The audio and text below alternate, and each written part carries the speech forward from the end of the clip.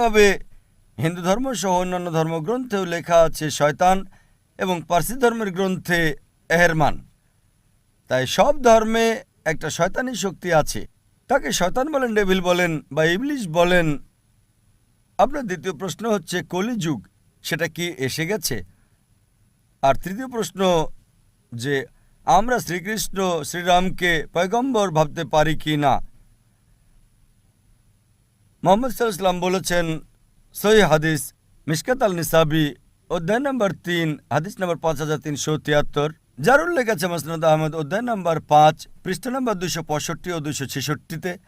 আল্লাহ রাসূল বলেছেন যে আল্লাহ সুবহানাহু ওয়া তাআলা এই পৃথিবীতে 1,24,000 পয়গম্বর পাঠিয়েছেন, কিন্তু নামসহ কোরআন মাজিদে শুধু 25 জনের কথা আছে।